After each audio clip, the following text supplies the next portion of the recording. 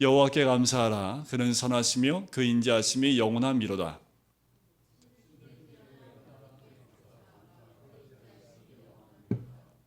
그들 중에 뛰어난 주께 감사하라. 그 인자하심이 영원함이로다.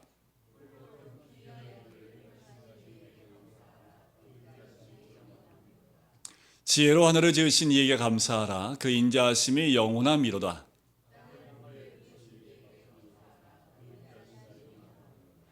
큰 빛들을 지으신 이에게 감사하라. 그 인자하심이 영원함이로다.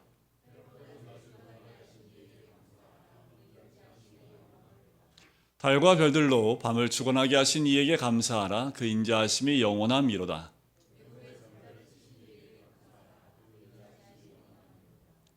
이스라엘을 그들 중에서 인도하여 내신 이에게 감사하라. 그 인자하심이 영원함이로다.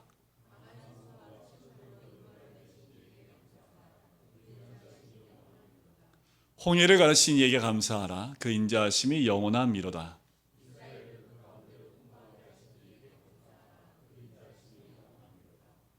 바로와 그의 군대를 홍해에 엎드러뜨리신 이에게 감사하라. 그 인자하심이 영원함이로다.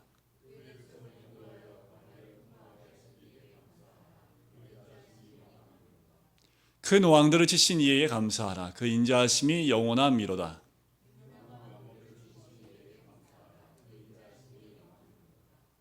아모리인의 왕 시온을 죽이신 이에게 감사하라. 그 인자하심이 영원함이로다.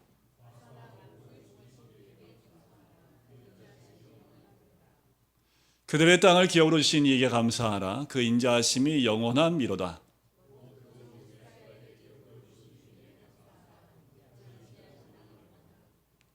우리를 비천한 가운데에서도 기억해 주신 이에게 감사하라. 그 인자하심이 영원함이로다.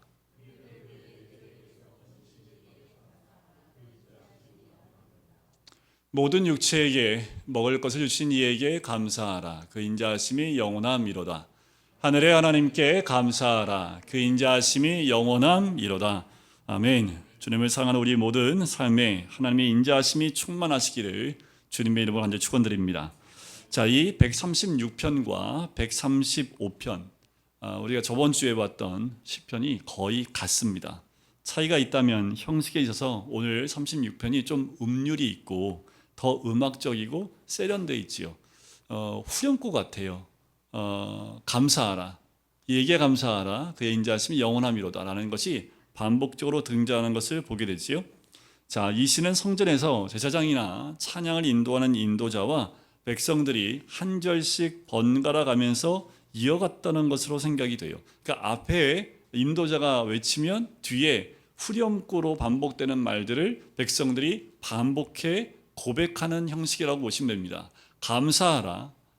이는 그의 인자하심이 영원함이로다. 감사하라. 그의 인자하심이 영원함이로다. 감사하라. 그의 인자하심이 영원함이로다. 이것이 26절까지 26번이 거의 반복되어지는 고백입니다. 우리의 인생의 고백이 이와 같은 반복이 있기를 주님의 이름으로 간절히 축원드립니다. 여호와께 감사라는 겁니다. 자, 감사해야 될 이유가 이 26절까지 가운데 24개의 절에 곳곳에 등장을 해요. 우선 감사하는 이유가 135편과 거의 비슷한데, 첫째는 하나님의 탁월하심에 대한 부분, 두 번째는 천지를 창조하셨기 때문에, 세 번째는 이스라엘을 애굽이나 다른 족속들에게서 건지신 것 때문에 감사라라고 외치고 있는 거지요. 그런데 이 두 편 시에 차이점이 있습니다. 135편의 끝에는 우상 숭배자의 어리석음에 대한 말씀을 하고 있는데, 이 오늘 본문의 말씀에는 전혀 그런 내용이 등장하지 않습니다. 그래서 이 두 시는 내용은 비슷하지만 강조점이 다르다는 거예요. 135편은 이 세상에서 똑똑한 자들이 하나님 말씀을 저버리고 세상 신들을 따라가지만 그것은 자기에게 주어진 가장 소중한 것을 버리고 있다라는 것을 말씀해 주고 있는 것이 바로 앞편에 나와 있는 135편의 내용이라면, 136편은 하나님께서 우리 믿는 자에게 얼마나 인자하신지, 그 인자하심이 영원함이로다 라는 것을 반복적으로 이야기하면서 얼마나 우리에게 하나님이 인자하신지를 보여주고 있는 시편이 136편입니다. 그러니까 우리가 절대적으로 신뢰할 수 있는 분이라는 것을 136편에서는 우리에게 말씀해 주고 있는 거지요. 여러분들 힘들 때 그냥 이것만 계속 반복해 보세요. 감사하라. 그 인자하심이 영원함이로다. 감사하라. 그 인자하심이 영원함이로다. 이번 이제 수석 때 식구들끼리 모이면 합창 한번 하세요. 주께 감사하세 선하시며, 이 찬양 들으셔도 괜찮고요. 그냥 따라해 하고 그냥 감사하라. 그 인자하심이 영원할지어다. 함이로다 하면서 하다 보면 처음엔 소리가 좀 작은데, 아까 이제 그래서 제가 한 절씩 읽는데 중간에 좀 스톱하고 좀 다시 목청을 한 옥타브 올려서 할까 하는 생각도 갖긴 좀 했습니다. 이 소리가 높이 올라갈수록 이게 조금 업이 됩니다. 그리고 인자하심이 영원함이로다 하며 외치는 것이 이때 이 이스라엘 백성들이 함께 모여 외쳤던 고백이기도 하다라는 거지요.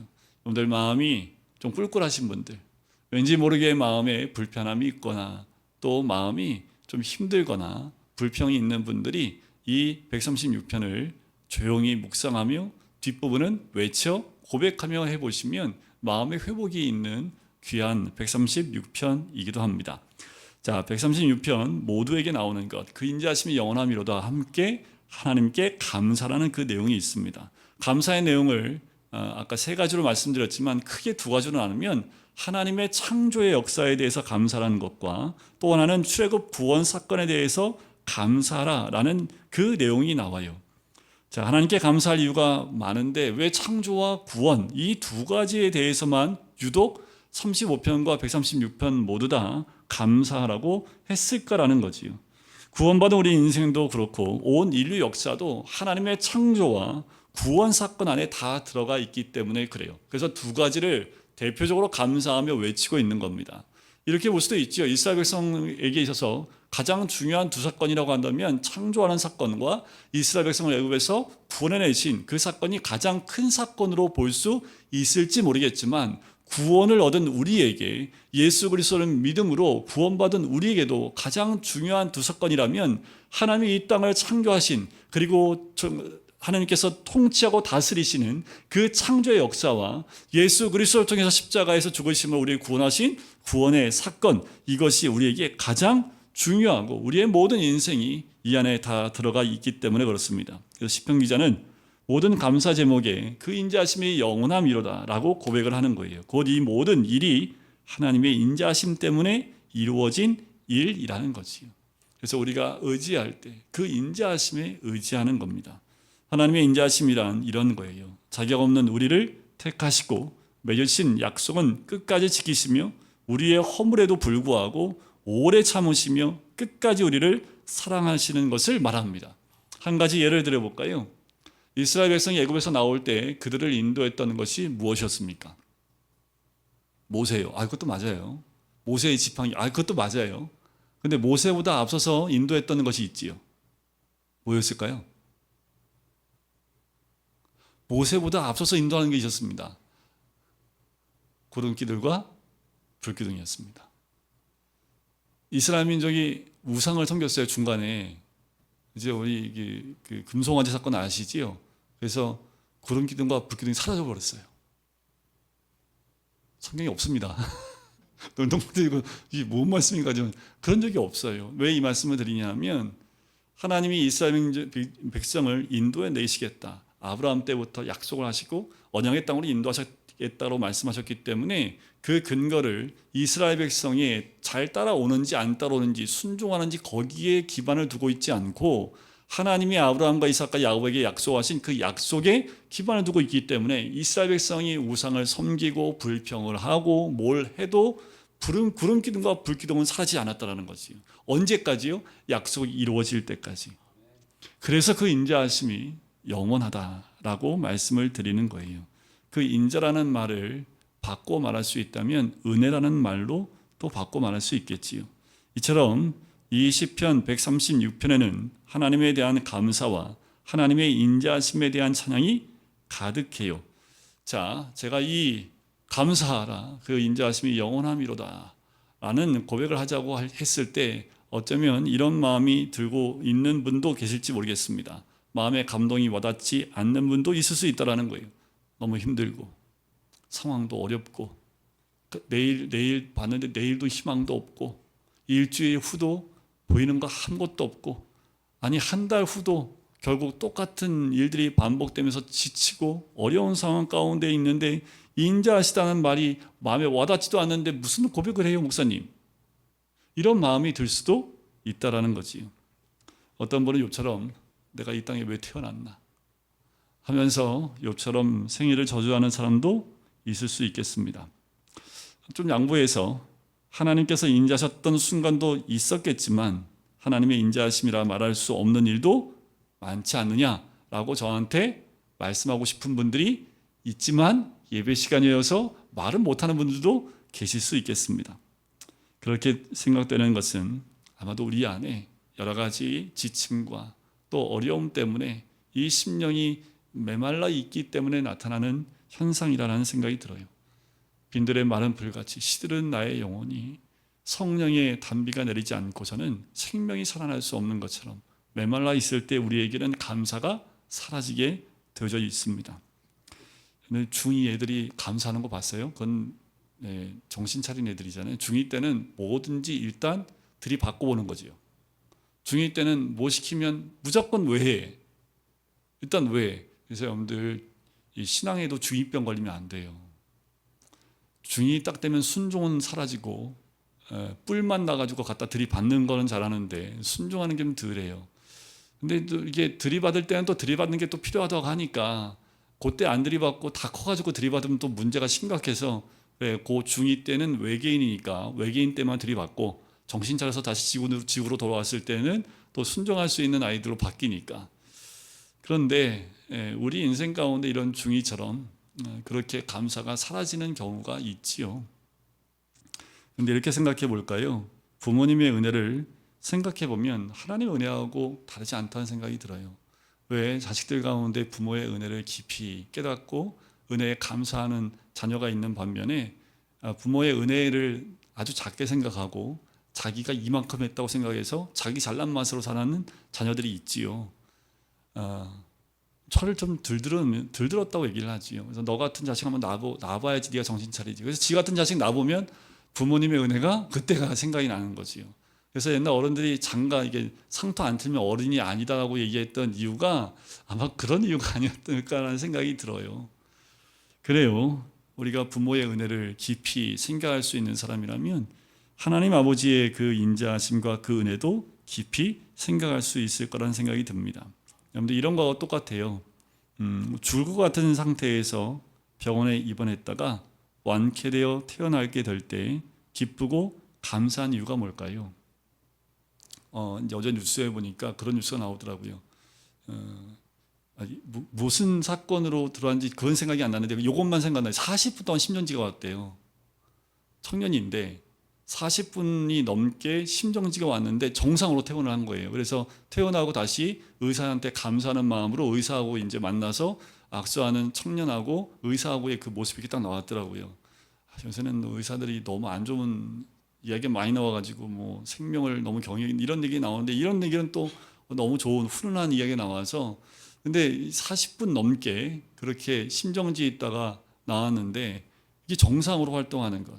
이제 설정환 집사님도 뭐 그정 40분 이상은 아니지만 그래도 우리 집사님도 30분 정도의 심정지가 있었는데 그때 의사들이 심정지가 오랜 시간이 있었기 때문에 뇌에 무리가 가서 뇌의 일부분을 다칠 수도 있다라는 얘기를 했는데 결론적으로는 건강하게 태어나셨지요. 자, 중요한 건 뭐냐면 그렇게 태어나서 그렇게 아프다가 태어나게 되면 딱 하나 갖고만 감사합니다. 건강하게 살 수 있는 것. 우리 애도 공부 못해도 그래 건강하게만 살아다오. 애들이 심하게 아팠다가 다시 회복을 하면 나 필요 없어. 건강만 하면 돼. 건강하게 살면 돼. 라는 이야기를 하게 되죠. 그렇게 많이 아팠다가 태어나게 되면 살 수 있는 것 하나만으로도 감사하지요. 그럼 직관사고 현장에서 9417생으로 살아났을 때 그때 감사하는 이유는 뭘까요? 살았다는 것 하나 때문에 감사하지 않겠습니까? 근데 이런 말은 무서워요. 차라리 죽었으면 좋겠어 라고 악이 받쳐서 말하는 사람이 있을지 모르겠지만 사랑하는 사람이 그렇게 죽을 목숨을 건졌다면 아마 그렇게 얘기 못할 거예요. 너무나 감사한 거지요. 살아있다는 것 자체가 하나님의 인자심이라는 것을 깨달을 수밖에 없는 거예요. 그런 고통 가운데서 돌아온 분만이 하나님의 인자심이 얼마나 큰지를 깨달을 수 있는 거지요. 구원받은 사람은 인생의 마지막 날, 살아온 날들로 돌아볼 때 모든 것이 하나님의 인자심이라는 것을 고백하게 됩니다. 지나고 보면 은혜지요. 고난도 은혜요. 가난도 은혜요. 실패도 은혜요. 멸시도 은혜요. 헤어짐도 은혜라는 것을 알게 되는 거지요.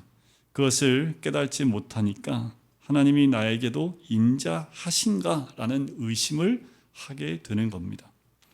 우리나라를 한번 생각해 보세요. 우리나라가 얼마나 하나님의 인자하심 가운데 있는 나라인지 모르겠습니다. 이 나라가 얼마나 고통스러운 순간을 많이 겪은 민족입니까? 먼 과거 돌이킬 필요가 없어요.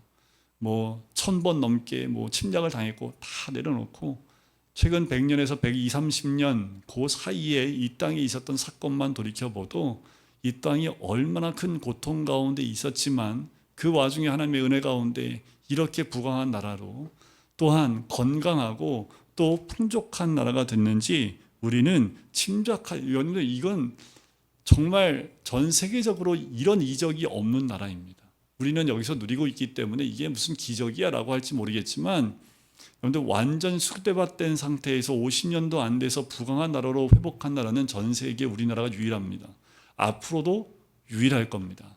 그만큼 우리나라가 회복하는 데는 내외적인 또 외국에서 도와주는 손길과 함께 모든 것이 딱딱딱 맞아 떨어져도 이렇게 빠른 시간 내에 폐허해서 이렇게 부유한 나라로 부강한 나라로 회복될 수 없다라는 거지요. 이것은 우리 민족을 향한 하나님의 인자하심 때문인 줄 믿습니다. 물론 지난날 우리가 반성해야 하고 고쳐야 하고 바로잡을 것이 분명히 많지만 그 모든 것보다 비교할 수 없는 감사가 있어야 마땅하지요. 엄청난 하나님의 은혜를 받고도 지난 역사 문제로 국민들의 마음이 얼마나 극단으로 갈라져 있습니까? 이건 문제가 심각해요. 부어주신 은혜만 생각해도 늘 감사해야 되는데 지난 역사의 문제를 들춰내서 이것 가지고 갈라치기 하고 나누고 있고 국민들이 나눠져 있다면 서로 물어뜯고 저주하며 살고 있는 것, 어쩌면 이것이 북한 핵보다 더 무서운 겁니다. 어쩌면 중국보다 더 무서운 것이 우리 내면에 있는 이런 역사적 의식의 잘못된 고리로 서로 분열되어져 있는 모습이지요. 지금 하나님의 은혜가 우리나라를 덮고 있음을 우리는 알아야 합니다. 은혜를 깨닫지 못하면 은혜가 거둬질 때가 와요. 여러분들 말을 함부로 하면 안 됩니다. 그러니까 제가 뉴스에서 120만 명이 나간다는 얘기를 듣고 참, 이 나라 너무 엄살이 너무 심하구나. 80년대 아니요 70년대 60년대 사셨던 어르신들이 보면 정말 기가 안 찰 겁니다. 그때는 정말 하루에 3끼를 먹지 못해서 하루에 2끼 먹는 것 먹으면 정말 많이 먹었다고 할 그때가 외국이 어디 있습니까? 근데 지금은 못 먹는 사람이 없지요. 못 먹는 사람이 있으면 어떻게든 먹이려고 나라에서 애를 쓰고 있는 이 시대가 됐지요. 은혜를 깨닫지 못하면 은혜가 거둬질 때가 있어요. 그런데 우리가 누리고 있는 것에 그 은혜에 감사해야 합니다. 부모의 은혜에 감사하지 못할 때 부모의 은혜가 사라져 봐야지 그 은혜가 얼마나 컸는지를 아는 거지요. 하나님은 한국교회에도 다른 어느 나라에 주시지 않은 은혜와 부흥을 주셨습니다. 선교 역사가 120년이 좀 넘었음에도 불구하고 한국교회가 세계에서 2번째로 선교사를 많이 파송하는 나라가 되었습니다. 이게 교회 숫자 대비로 하면요 전 세계 1위입니다. 그리고 국민 숫자에 대비해서 선교사 파송 비율로 하면 지금 이제 코로나로 인해서 또 중국에서 추방한 것 때문에 선교사 숫자가 좀 줄긴 했지만 그래도 그 숫자는 전 세계 비율로 따지면 한국이 1위를 차지하고 있는 나라입니다. 한국교회가 무엇을 그렇게 잘해서 이런 역사를 허락하셨나 생각하면 하나님의 마음을 아프게 한 것밖에 없어 보여요. 그럼에도 하나님은 여전히 은혜로 덮어주고 계시다라는 거예요. 여러분들 이곳에 우리 교회들이 깨어있지 못한다고 할지라도 교회들마다 보여주신 하나님의 은혜가 있기 때문에 우리 교회도 60년이잖아요. 그 60년 동안 하나님이 보여주신 은혜가 있기에 지금 이 시간까지 하나님이 이 교회를 세워주셨다라고 저는 봅니다. 코로나가 지나면서 몇 개의 교회가 사라진 줄 아세요? 어마어마한 교회가 사라졌습니다. 큰 교회도 무너졌고요. 개척한 교회들의 많은 교회들이 문을 닫았습니다. 그만큼 힘들고 어려운 3년의 시간들을 견뎌냈던 그 시간들, 이제 조금씩 개척하려고 하는 목사님들이 생기고 다시 교회가 이제 움직이기 시작을 하고 있어요. 그러면 우리가 교만하면 안 되겠지요. 깨어 기도해야 합니다. 기도하고, 여러분들 기도하자고 할 때 부담을 느끼셔야 합니다. 부담만 느끼고 맨날 목사님은 기도만 하자고 그러나 라고 하시면 안 된다라는 거예요.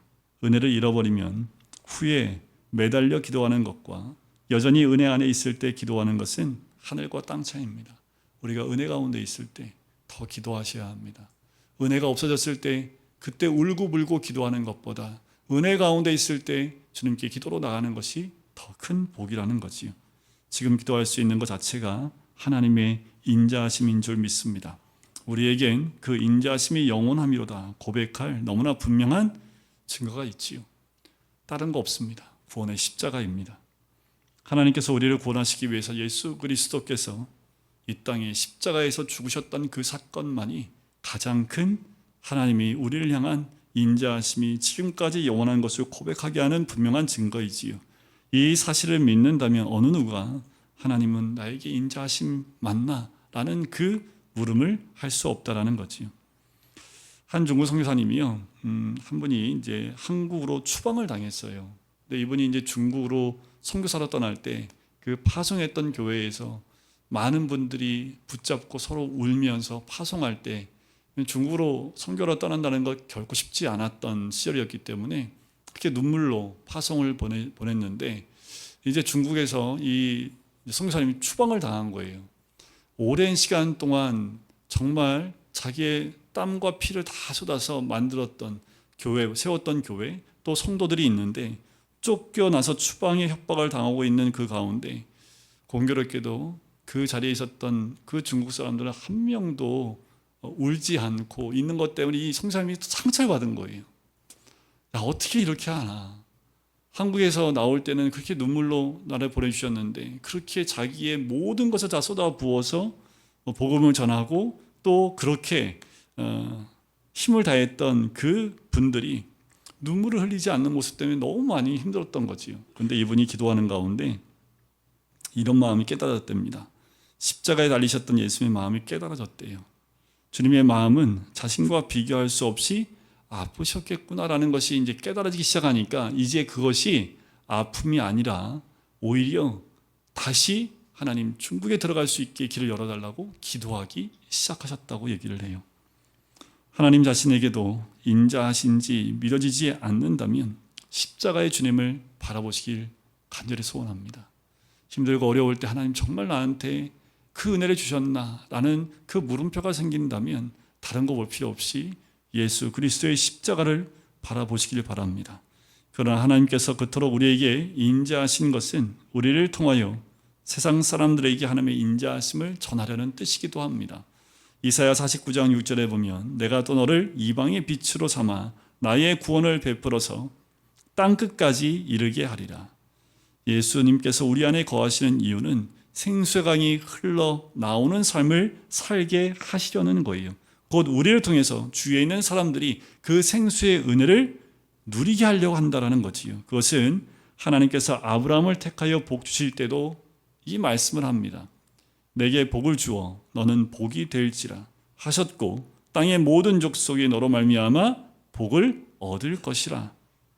우리가 이것을 명심하고 살아야 하나님의 인자하심을 항상 누리며 살 수 있습니다. 사람을 사랑하는 것 쉬운 일 아니지요. 사람들이 다 내 맘 같았으면 다 사랑할 텐데 다 사람들이 그렇지 않잖아요. 내 맘 같지 않지요. 때로는 거짓말하기도 하고 또는 사기를 치는 분도 있고 예의가 없기도 하고 또 욕심도 많기도 합니다. 그렇다고 해서 사람을 향하여 마음을 닫으면 우리에게 주어진 복이 흘러가지가 않지요. 우리가 사람들을 향하여 마음을 열어야 하는 것은 그들이 사랑스러워서가 아니라 그들에게 하나님의 사랑이 필요하기 때문입니다. 우리는 하나님의 인자하심에 통로일 뿐이지요. 그래서 예수님께서 주면 넘치도록 받을 것이다 라는 말씀하신 거예요. 누가복음 6장 38절에 보면 주라 그리하면 너희에게 줄 것이니 곧 후히 되어 누르고 흔들어 넘치도록 하여 너희에게 안겨주리라. 제가 최근에 캄보디아에 있는 프놈펜이라는 선교지에 선교하시는 그 선교사님의 영상을 보았습니다. 봤더니 이제 오래 선교하시면서 그 프놈펜에 있는 좀 중심부에서 떨어진 곳에 거의 이제 농지인데 이장님도 계시대요. 그래서 거기에 이제 건축을 했습니다. 교회 건축, 교회를 이렇게 짓는 과정들. 그래서 교회 청년들인데 그 청년들은 다 캄보디아 청년들이에요. 그 청년들과 함께 이제 공구리 치고 기둥 세우고 하는 과정을 이렇게 영상을 찍어서 한 8분짜리를 만드셨는데 이렇게 쭉 올라가는 사이에 이장님 집 뜰을 빌려서 거기서 이제 예배를 드리고 계속 짓는 거예요. 근데 두 번째 영상을 봤더니 한 이 정도 돼요. 실내가 이 정도 되는데 뒤는 저 뒤보다 더 넓습니다. 근데 애들이 한 150명이 확 찬 거예요.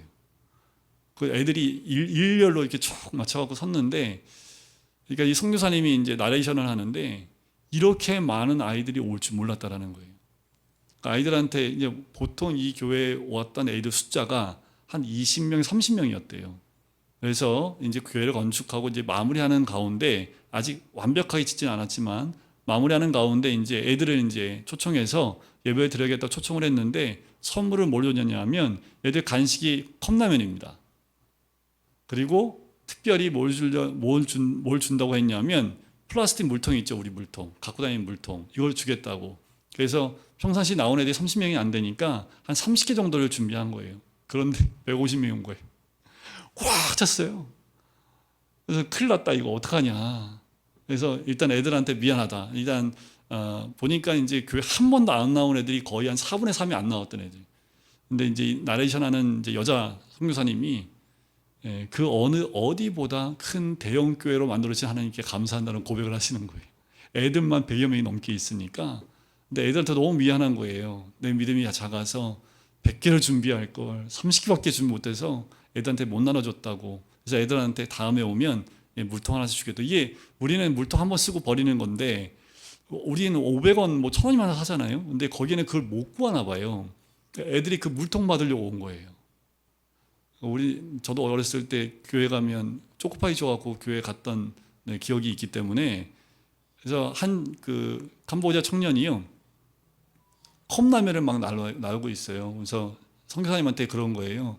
컵라면 너무 비싸니까 과자로 바꿔서 주면 더 많이 애들 줄 수 있다고 얘기하니까 선교사님이 아니라고, 아이들이 컵라면 먹기 위해서 오는데 컵라면 비싸도 줘야 된다.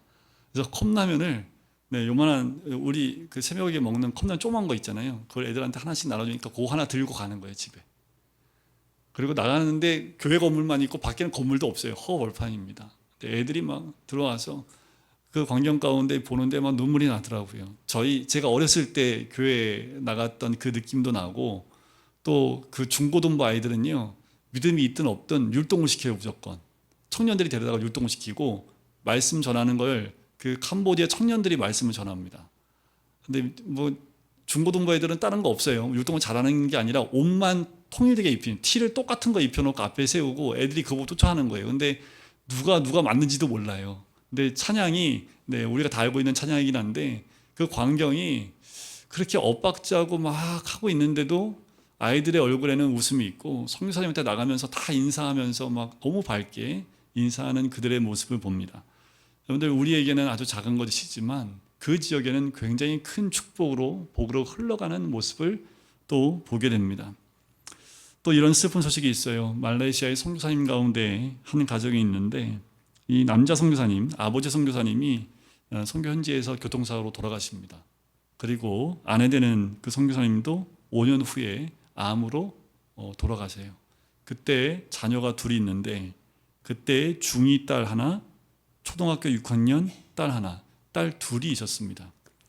이들이 이제 다 자랐어요. 큰 딸은 하나님에 대한 신앙을 버렸습니다. 교회를 나가지 않아요. 그런데 더 충격적인 건 뭐냐면 둘째 딸은요 태국 선교사로 나갔습니다. 예수님을 만났기에 주님을 위하여 헌신하게 된 거겠지요. 금명한 두 자매의 달라진 모습을 보면서 그 첫째 딸을 위해서 기도하시고 중보하시는 분들이 굉장히 많다고 얘기를 해요. 똑같은 하나님의 은혜이고 똑같은 환경 가운데 있지만 그 환경과 사건을 우리가 어떻게 보냐에 따라서 하나님 주신 그 복과 그 은혜를 우리가 어떻게 받고 누릴 수 있는지는 우리의 선택에 또 달려있기도 한 거지요. 여러분, 하나님이 인자하심을 믿을지 부인할지는 우리의 선택에 달려 있습니다. 그러나 그 결과는 굉장히 차이가 큽니다. 여러분들, 하나님의 인자하심을 믿고 그 믿음 가운데 선택하시길 주의 이름으로 간절히 축원드립니다. 그 큰딸의 잘못된 선택, 결국 전 돌아오리라 생각을 합니다. 결국 돌아오겠지요. 하지만 돌아오기까지 얼마나 많은 고통 가운데 있게 될지 주님만 바라봐야 합니다. 뿐만 아니라 사람들에 대한 다친 마음이 있다면 열어야겠지요. 하나님의 인자하심이 영원함이로다 고백하면서 머물면 아무런 감동이 없지요.